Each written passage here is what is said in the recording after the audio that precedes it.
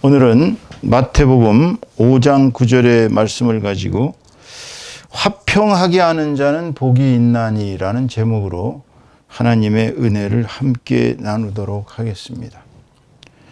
오늘의 본문은 이렇게 되어 있죠. 화평하게 하는 자는 복이 있나니 그들이 하나님의 아들이라 일컬음을 받을 것이며, 그렇게 말씀하고 있습니다. 자, 그렇다면 여기서 우리가 화평하게 하는 자라는 의미가 뭔지를 우선 살펴보겠습니다. 이것을 그리스어 성경의 원문을 보면은 에이레노 포이오이라고 합니다. 이 에이레노 포이오이는 영어로 표현하면 이제 피스메이커입니다. 그 피스메이커를 우리말로 번역하면 이제 중재자라는 뜻입니다. 양방에 다툼이 있을 때 양쪽에 가서 그것을 중재하는 사람을 피스메이커라고 합니다. 그래서 이제 오늘 우리 성경 번역에 보면 이제 화평하게 하는 자는 조금 번역을 아름답게 한 것이죠. 원래 또 이 에이레노 포이오이는 패시픽, 즉 평화로운, 평화를 사랑하는 이런 뜻이 있고, 그래서 이 뜻 자체가 이제 평화와 직접적인 관계가 있습니다. 이러다 보니까 지금까지의 대부분의 주석가님들께서 평화가 위태하거나 또는 평화가 분열적인 상황을 맞았을 때 그것을 해결하기 위해서 애를 쓰면서 이렇게 화평을 회복하게 하는 사람들이 바로 화평하게 하는 자다, 이렇게 해석들을 했습니다. 대부분이 다 그렇게 해석을 했습니다. 그러나 제가 이 구절을 그리스어를 통해 엑서지스를 해본 결과 예수님의 말씀은 그 뜻만 있는 것이 아닙니다. 예수님의 이 화평하게 하는 자라는 이 피스메이커의 뜻은 바로 현재 죄 가운데 빠져서 하나님과 멀어져 있는 사람들을 예수님을 통해서 하나님과 화평하게 할 수 있도록 중재하는 자라는 뜻이에요. 그러니까 다시 말씀드리면 그리스도의 복음을 전해서 그리스도의 복음을 모르는 사람들이 지금 하나님과 죄로 인하여서 원수되어 있는 상태에서 하나님의 자녀가 될 수 있도록 이렇게 중재해 주는 사람, 그러니까 하나님과 그 죄인들 사이에 예수님의 복음을 통해서 둘을 중재하는 사람, 이런 사람이 바로 화평하게 하는 자입니다. 그런 사람들이 바로 하나님의 자녀들로 불린다는 것입니다. 예화를 하나 제가 말씀을 드리겠습니다. 이것은 제가 직접 실화로서 현지에 제가 보스턴에 사역을 하고 있을 때 저희 사모가 옷가게에서 이제 클러크로 일을 하신 적이 있습니다. 그때 일을 하실 때 거기에서 이제 같이 직원으로 일하던 동료 중에 하나가 상당히 얌전한 청년이 하나 있었습니다. 그래서 이제 우리 사모가 잘 모르고, 그 사람의 신분을 잘 모르고 이래라 저래라 매우 이렇게 이렇게 지시도 막 하고, 때로는 말을 좀 이렇게 안 듣고 그러면은 좀 이렇게 꾸짖고 아마 그랬던 것 같아요. 그러다가 나중에서야 이제 그 사장 되시는 분이 픽 웃으시면서 우리 사모에게 그 사람이 뭐 하는 사람인지는 아느냐라고 물어보더래요. 그래서 제가 어떻게 아느냐고 그랬더니 사실은 이 보스턴 바닥에 청소년 갱이라는 거예요. 갱 두목이라는 겁니다. 그런데 감옥에 갔다 와가지고 사람이 그 감옥에서 예수 그리스도를 믿고 회심을 해가지고 그렇게 해서 사람이 완전히 달라져가지고 이제 나온 뒤에 바로 화평자로 살다가 피스메이커로 살다가 이제 그 당시에 그 지역의 갱들에게 총을 맞아 죽은 사건이 있었습니다. 그래서 그 친구가 살해당한 뒤로 당시에 보스턴 시장을 비롯해서 이제 보스턴에 있는 유력자들은 전부 모여서 그 사람을 추모하는 그러한 장례식을 치르는 것을 보았습니다. 그러니까 이 사람은 이제 화평자로 살다가, 그러니까 갱들 사이에 분쟁을 해결하는 그러한 조종자로 살다가 결국은 죽었습니다. 순교한 것이죠. 어찌 본다면.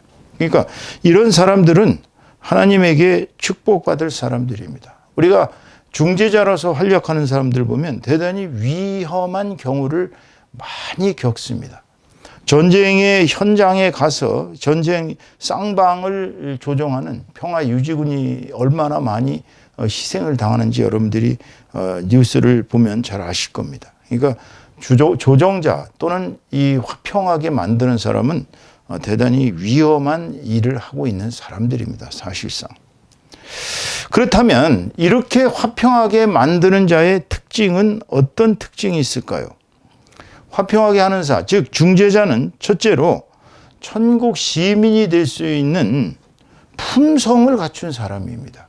그러니까 조정자는 아무나 되는 것이 아닙니다. 이 중재자가 되려면 첫째, 천국의 특성에 맞는 그러한 인격을 갖춰야 합니다. 인품을. 즉 천국이란 어떤 곳입니까? 첫째, 분쟁이 없는 곳입니다. 천국에는 분쟁이 없습니다. 천국에는 다툼, 쟁투가 없습니다. 천국에는 전쟁이 없습니다. 천국에는 서로 간의 질시로 인한 경쟁이 없어요. 천국은 그야말로 평화와 화평과 희락과 사랑의 낙원입니다. 그러다 보니까 이 천국에 들어가시는 분들은 바로 그 품성을 갖춘 사람이 들어가는 것입니다. 아무나 천국에 들어가는 것이 아니에요. 천국에 들어가기 위해서는 대단히 좁은 문을 통과해야 된다고 주님께서 말씀하고 계시죠. 그래서 천국에 들어가는 사람들의 특징은 과격한 혁명가가 아닙니다. 과격한 혁명가는 기존 질서를 피해 대가로서 이렇게 들러엎고서 그리고서 이제 새로운 질서 체계를 세우고자 힘쓰는 사람들이 과격한 혁명가인데요.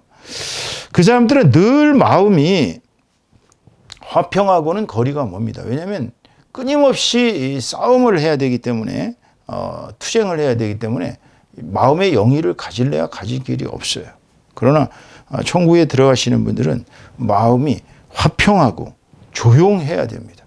그리고 자신의 허물을 스스로 정관하면서, 정관이란 조용히 지켜보면서 자기의 허물을 고칠 줄 아는 사람이 바로 화평하게 되는 자들의 첫 번째 특징입니다. 그 화평하게 하는 자가 분노와 또는 마음속의 증오와 또 마음속의 갈등과 마음속의 어떤 그런 그 현실적인 그런 그 대립과 투쟁 가운데 있으면 절대로 화평자가 될 수가 없습니다. 두 번째로는 어디에 가서 누구를 만나더라도 평화의 복음인 예수 그리스도를 자기의 말과 자기의 행동으로, 즉 몸으로 전할 수 있는 사람이래야 화평자가 될 수 있어요. 중재자가 될 수 있습니다. 대표적인 예가 성 프란치스코죠. 여러분 아시다시피 성 프란치스코는 중세기에 가톨릭의 성자였습니다. 근데 이분은 어떠한 경우와 처해 있어도 분노와 또는 어떠한 그 대립, 투쟁 이런 것보다는 평화로서 모든 것을 해결한 사람입니다. 이분이 구피오라는 지역에 머무르고 계실 때 그 지역에는 아주 유명한 늑대가 있었습니다. 몸집이 호랑이만큼 크고 또 아주 사나워서 어느 날 이 사나운 늑대가 마을에 내려오더니 처음에는 닭과 이런 짐승들을 잡아먹기 시작하더니 그 다음에 나중에는 그것도 떨어지니까 이제 사람들을 사냥하기 시작했습니다. 그래서 무수한 사람들이 늑대에 의해서 잡아먹히고 마을은 공포에 떨었습니다. 그래서 그 마을은 심지어는 늑대에 의해서 포위된 상태가 될 정도로 그 마을은 두려움에 떨었어요. 당시에 성 프란치스코 이 수도사였죠. 이 수도사는 이 말을 듣고 자기가 그 늑대를 직접 만나서 해결하겠다고 길을 나섰습니다. 사람들이 다 말렸죠. 어떻게 그 사나운 짐승을 아무리 당신이 그런 능력이 있어도 가서 설득을 해서 늑대를 조용하게 만들 수 있겠냐고, 가지 말라고, 잡아먹힌다고 그랬어요. 그렇지만은 그 사람은 그렇게 얘기를 했습니다. 나는 오직 예수 그리스도의 권능만을 의지해서 십자가에 힘만 가지고 가니까 십자가만 달라. 그래서 십자가를 들고 그분은 뚜벅뚜벅 늑대를 만나러 나갔습니다. 늑대와 마주친 이 성인께서는 이제 십자가를 늑대에게 보였습니다. 그러자 이 늑대는 그 막 울부짖던 그 포효하던 목소리가 갑자기 잠잠해졌습니다. 그래서 늑대에 가까이 다가간 이 성인은 늑대를 이렇게 어루만지면서 타일렀습니다.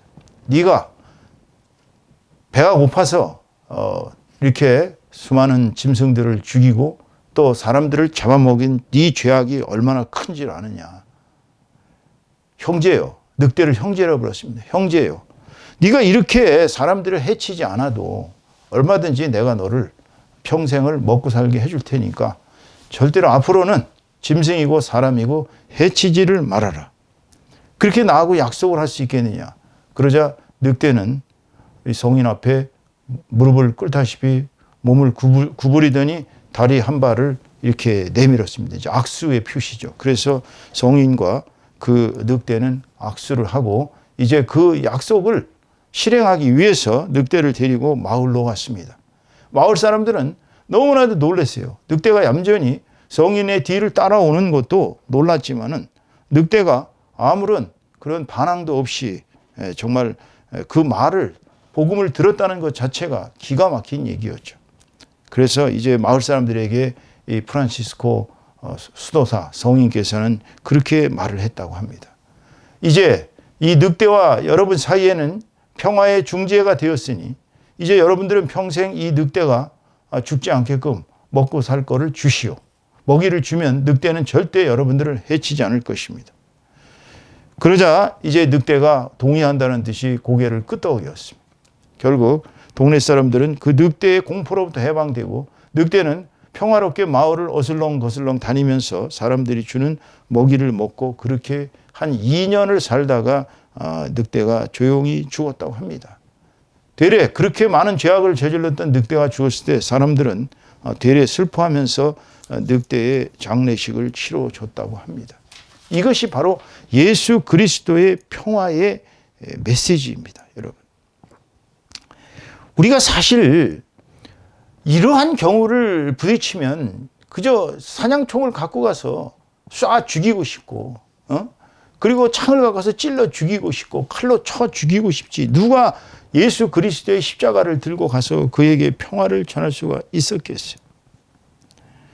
이분은 십자군과 전쟁 중일 때 술탄에까지 찾아가서, 술탄이란 이슬람의 왕을 말합니다. 이슬람의 지배자. 술탄에까지 찾아와서 십자군과 이슬람이 싸울 필요가 없다라고 평화를 역설했다고 합니다. 그래서 프란시스코 성인을 평화의 사도라고 불리웁니다. 여러분, 평화는 마음에서 정말 예수 그리스도의 사랑이 충만했을 때 오는 것이지, 이 내 속에 만약 여러분 속에 증오가 가득 차고 여러분 속에 폭력성이 가득해서 문제를 폭력으로 해결하려고 하고 또 문제를 자기가 지배함으로써 그 상대를 완전히 자기의 손아귀에 넣고 지배하려고 하는 이 지배욕 속에서는 절대로 화평이 생기질 않습니다. 우리 이 한국말에 신복이라는 말이 있습니다. 신복. 마음으로 복종한다. 그러니까 여러분도 알다시피 정치라는 사람들이, 국민들이 신복을 하는 것은 아주 엄청난 파워가 있어가지고서 그냥 막 정말 권능이 대단하고 막 무시무시한 정말 군사력과 또는 자기 지지자들의 열광적인 지지를 가지고 그렇게 해서 국민들이 신복하는 게 아닙니다. 그 지도자가 정말 인자하고 너그럽고 정말 예수님과 같은 품성을 닮았을 때 어떠한 경우가 돼도 가난하고 헐벗고 굶주리고 고통당하는 정말 병약하고 이런 사람들을 위해서 가슴을 아파하고 사고를 당하고 불의를 만나고 이러한 사람들을 향해서 자기의 진심 어린 공감을 표현하며 정말 마음속에서 그들을 위해서 슬퍼 울면서 그리스도의 마음으로 충만한 그런 지도자에게 신복을 하는 것이 원칙입니다. 요즘 대선을 보면 도대체 이 나라가 왜 이 모양으로 되는지 저는 너무나 걱정이 많습니다. 서로 간의 증오와 서로 간의 지배를 하기 위한 그 대립 투쟁 속에서 국민들은 안중에도 없는 것 같아요. 이런 상태가 계속되다가는 이 민족이 정말 남북 갈등뿐만 아니라 남남 갈등 때문에 더욱더 이 대립과 투쟁이 더욱 극심해질 것 같아요. 이때 우리는 진정으로 필요한 것은 바로 성인 프란치스코와 같은 평화의 마음이 필요합니다. 내 자신 안에 증오와 내 자신 안에 폭력성과 내 자신 안에 지배욕을 먼저 제거하고 그리스도의 사랑으로 돌아갔을 때 평화의 중재자가 될 수 있다는 사실을 여러분은 아셔야 합니다. 왜 그러냐면 주님께서 마태복음 5장 39절에서 이렇게 말씀하고 계십니다. 나는 너희에게 이르노니 악한 자를 대적하지 말라. 누구든지 내 오른뺨을 치거든 왼편도 돌려대라. 사실 정말 1톤의 주먹이 내 오른뺨을 쳤어요. 아마 이빨이 몇 개 나가겠죠. 피는 꽉 토해지겠죠. 그러면 왼뺨도 내밀기 쉽지 않죠. 마음속에서 막 증오가 들끓어서 정말 죽이고 싶은 마음이 들겠죠. 그렇지만 주님은 우리에게 대적하지 말라고 가르치고 계십니다. 우리가 악한 마음을 먹는 순간 우리 몸에서는 온갖 독성이 다 나오면서 우리의 몸과 마음과 영혼을 망칩니다. 두 번째로 마태복음 5장 44절에 주님은 이렇게 얘기하십니다. 나는 너희에게 이르노니 너희 원수를 사랑하며 너희를 박해하는 자를 위하여 기도하라. 정말 역설적이죠. 어떻게 원수를 사랑하겠어요? 함무라비 법전서로부터 이어져 내려오고 모세의 율법에 따라진다면 이에는 이, 눈에는 눈으로 그야말로 네 이가 하나 부러졌느냐 상대 이를 쳐서 이를 부러뜨리라. 이것이 보복법, 복수법입니다. 그런데 주님은 거꾸로 가르치셨어요. 원수를 사랑하라는 거예요. 박해하는 자를 위해서 기도하라는 거예요. 이 가르침에 따라서 손양원 목사님, 사랑의 원조탄이라는 손양원 목사님은 자기 아들 둘을 죽인 공산주의자, 공산당 안동선이를 용서해서 양아들을 삼고 그를 회개시켜서 그가 크리스찬으로서 그의 아들은 지금 목회를 하고 계십니다. 이 사랑의 승리예요. 이게 주님의 가르치심입니다. 마태복음 5장 45절에 주님은 또한 이렇게 얘기하십니다. 이같이 한즉 하늘에 계신 너희 아버지의 아들이 되리니. 그러니까 하나님 아버지께서는 악한 자나 착한 자나 모두에게 두루두루 햇빛을 비치시고 물을 내려주시고 비를 내려주시고 이렇게 우리 모두를 똑같이 사랑하시기 때문에 하나님께서 만약에 마음속에서 우리의 악한 점, 악하고 음란하고 못된 모든 것들을 전부가 다 징계만 하신다면 아마 이 세상 사람 단 한 사람도 살아남을 사람 없겠죠. 여러분, 화평하게 하는 자는 그러한 특징을 갖고 있는 것입니다. 어디를 가더라도 예수 그리스도의 사랑으로 충만했을 때 예수 그리스도의 복음을 통해서 예수 믿지 않는 사람들을 예수의 품으로 돌아오게 하는 사람이 바로 화평하게 하는 자라는 것입니다. 오늘날까지 대부분의 성경 주석가들은 평화가 위기에 처했을 때 평화를 이렇게 회복시키는 사람을 화평하게 하는 자라고 그렇게 주석을 했습니다. 그러나 저는 오늘 과감하게 예수 그리스도의 복음을 가지고 예수 그리스도의 사랑을 전해서 하나님께로 나오게 하는 사람, 예수를 믿지 않는 사람을 하나님께로 나오게 하는 이 사람이야말로 진정한 화평하게 하는 자, 중재자라는 것을 여러분에게 말씀드리고 싶습니다. 오늘 설교의 결론을 맺습니다. 화평하게 하는 자란 첫째로는 자기 마음속에 모든 증오와 또한 폭력성과 지배욕을 버린 사람입니다. 그리고 그리스도를 닮아서 항상 마음이 부드럽고 온유하고 그리고 조용하고 그리고 자기 자신의 허물을 항상 정관해서 자기 자신을 고치면서 그리스도를 닮은 인품이 먼저 화평한 자가 되고 그리하여 그리스도의 사랑으로 충만한 사람이 바로 화평하게 하는 자요 하나님의 아들이 될 수 있는 하나님의 자녀가 될 수 있는 자격이 된다는 것입니다. 두 번째로는 바로 이 세상에 수많은 죄를 지은 사람들을 하나님과 화평하게 함으로써 죄인들과 하나님 사이를 중재함으로써 즉 그리스도의 복음을 전함으로 그 사람들이 하나님의 품에 돌아와서 하나님의 자녀들이 되게 하는 자 그들이 바로 하나님의 자녀로서 축복을 받고 이 세상에서는 온갖 하나님의 축복을 받아 누리며 또 저 세상에 갔을 때는 하나님의 아들로서 영광스러운 생명의 면류관을 받게 된다는 사실을 기억하시고 저와 여러분 모두 다 예수 그리스도를 닮은 화평자가 되시기를 주님의 이름으로 축원합니다. 축원합니다.